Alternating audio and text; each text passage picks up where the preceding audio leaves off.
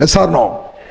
అంటే దాని అర్థం ఏంటంటే నువ్వు ఏం చేసినా ఏం చేయకున్నా ఈ ప్రపంచంలో నిన్ను ఎవడోడు అంటనే ఉంటాడు. నువ్వు దోస్తుని తీసుకుపోయి ఛాయ్ తాగిపిస్తే వీడు ఓ బకరా దొరికిండ్రా అంటారు, ఛాయ్ తాగిపోకుంటే పీషోడ్రా అంటారు.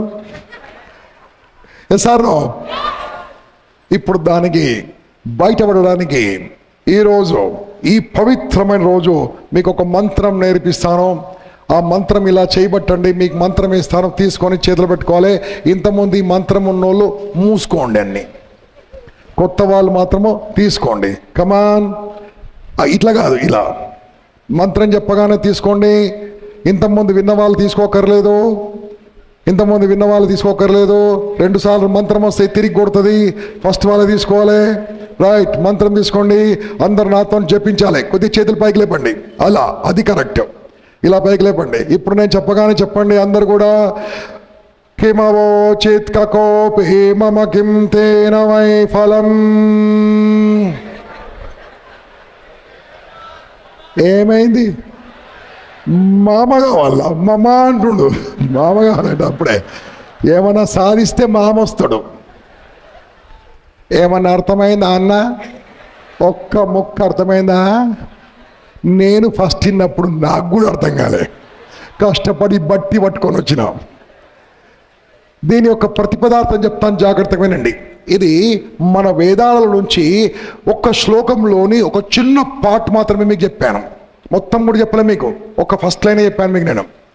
శిష్యుడు వెళ్ళి గురువుని అడుగుతాడు, గురువర్యా, ఈ ప్రపంచంలో నేను ఆనందంగా జీవించాలంటే, ఆహ్లాదంగా జీవించాలంటే, సంతోషంగా జీవించాలంటే, విజయంతో జీవించాలంటే, భయము లేకుండా జీవించాలంటే ఎలా జీవించాలి స్వామి అంటే ఆ స్వామి చెప్తాడు, కిమవోచిత్ కకోపి మమ కిం తేన వైఫలం అంటాడు. మీకు ప్రతిపదార్థం చెప్తాను వినండి. కిమవోచిత్ చెప్పండి అంటే నువ్వు ఏం ఆలోచించినా, ఏం చేసినా, ఏం చేయకున్నా, ఉన్నా పోయినా, సచ్చినా బతికినా, పాస్ అయినా పాస్ కాకుండా, ఫెయిల్ అయినా, నల్లగున్నా తెల్లగున్నా, పొట్టిగున్నా పొడుగున్నా, పెళ్ళైనా పెళ్ళి కాకుండా, ఖర్చు పెట్టినా ఖర్చు పెట్టకుండా, ఏసీ ఉన్నా ఏసీ కొనకుండా, ఏం చేసినా ఏం చేయకున్నా, సచ్చినా బతికినా పడుకున్నా లేచినా, ఇదంతా కకోపి చెప్పండి. ఎవడోడు ఏదో అంటూనే ఉంటాడు.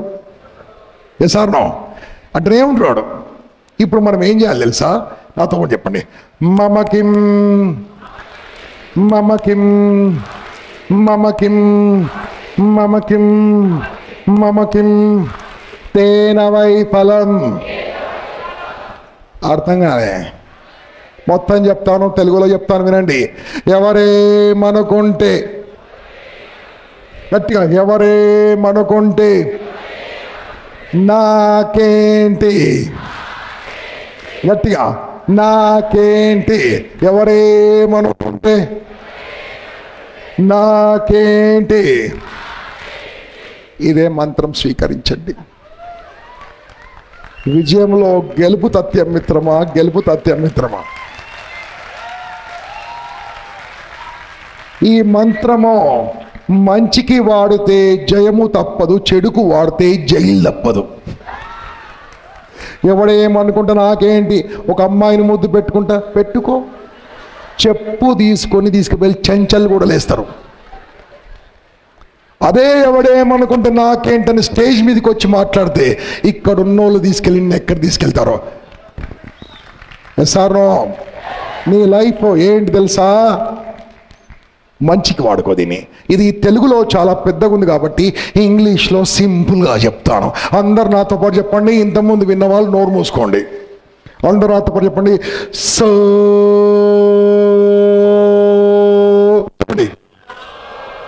నేను చేతులు ఎలా చేస్తా? సో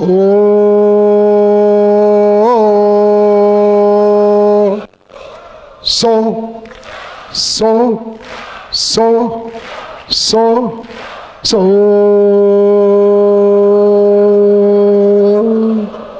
వా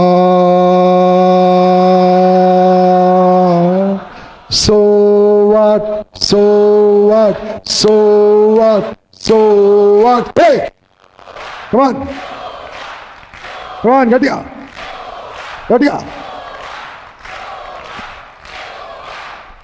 So what? ఏదో యోగా కోర్స్ లాగా ఉంది కదా ఇది. సో వాట్, సర్వరోగ నివారిణి, సర్వరోగ నివారిణి. ఇంకా మీకు ఏది ఉండదు.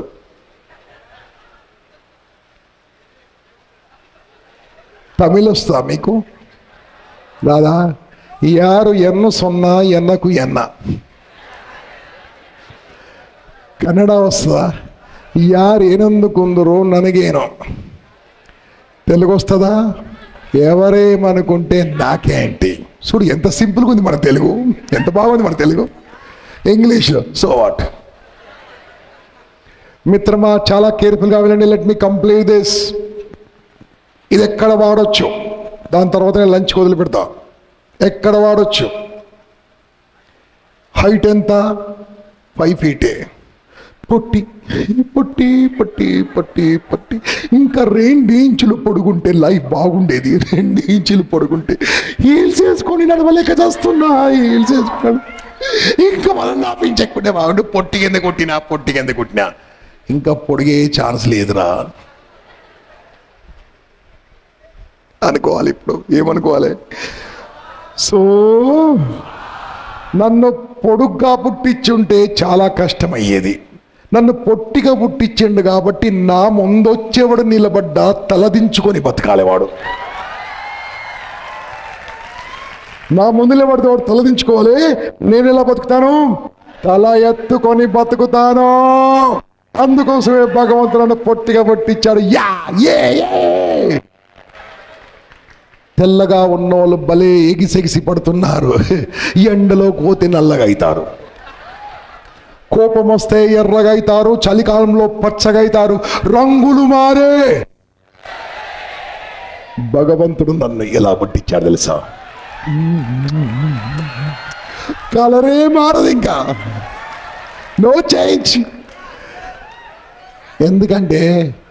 ఎందుకంటే ఎంత ఫెయిర్ అండ్ లవ్లీ రాసినా వాడు దుకాణం మీద దుకాణం కట్టుకుని కానీ కలర్లో చేంజ్ ఏ ఉండదు. ఇప్పుడు ఏం చేయాలి తెలుసా? అప్లై. స్టేజ్ మీదకి వచ్చి మాట్లాడామనుకో, ఈ డైలాగ్ మర్చిపోదు. స్టేజ్ మీదకి వచ్చి మాట్లాడామనుకో నిన్ను చూసి నవ్వుతారు. స్టేజ్ మీదకి రాకుండా నిన్ను చూసి నవ్వుతారు. స్టేజ్ మీదకి పోతే ఏం మాట్లాడుతారో అంటారు. స్టేజ్ మీదకి వెళ్ళకుంటే ఎప్పుడు మాట్లాడుతారో అంటారు. స్టేజ్ ఎక్కితే నిన్ను చూసి ఒకటేసారి నవ్వుతారు. స్టేజ్ ఎక్కకుంటే నిన్ను చూసి లైఫ్ లాంగ్ నవ్వుతారు.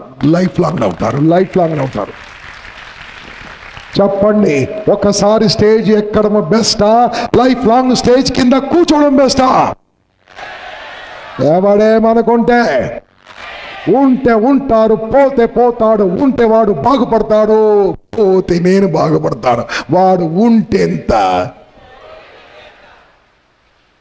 దీన్నే తెగింపు అంటారు, ధైర్యం అంటారు. నేను రాసిన ట్రయాంగిల్లో 20% వర్సెస్ 80%కి ఇక్కడ ఆన్సర్ ఇస్తున్నాను. 20% ఆర్ కరేజియస్ పీపుల్, ధైర్యవంతులు. ధైర్యవంతునికే విజయం ఉంటుంది, ధైర్యవంతునికే సంతానం ఉంటుంది, ధైర్యవంతునికే ఉత్సాహం ఉంటుంది, ధైర్యవంతునికే డబ్బు ఉంటుంది, ధనం ఉంటుంది, ప్రతి ఒక్కటి ఉంటుంది. పిరికి వానికి ఏమీ ఉండవు, ఉన్నవాడు ఏం చేయడు. ఇప్పుడు నాకు చెప్పండి, are you courageous or coward? Courageous or coward? గట్టిగా.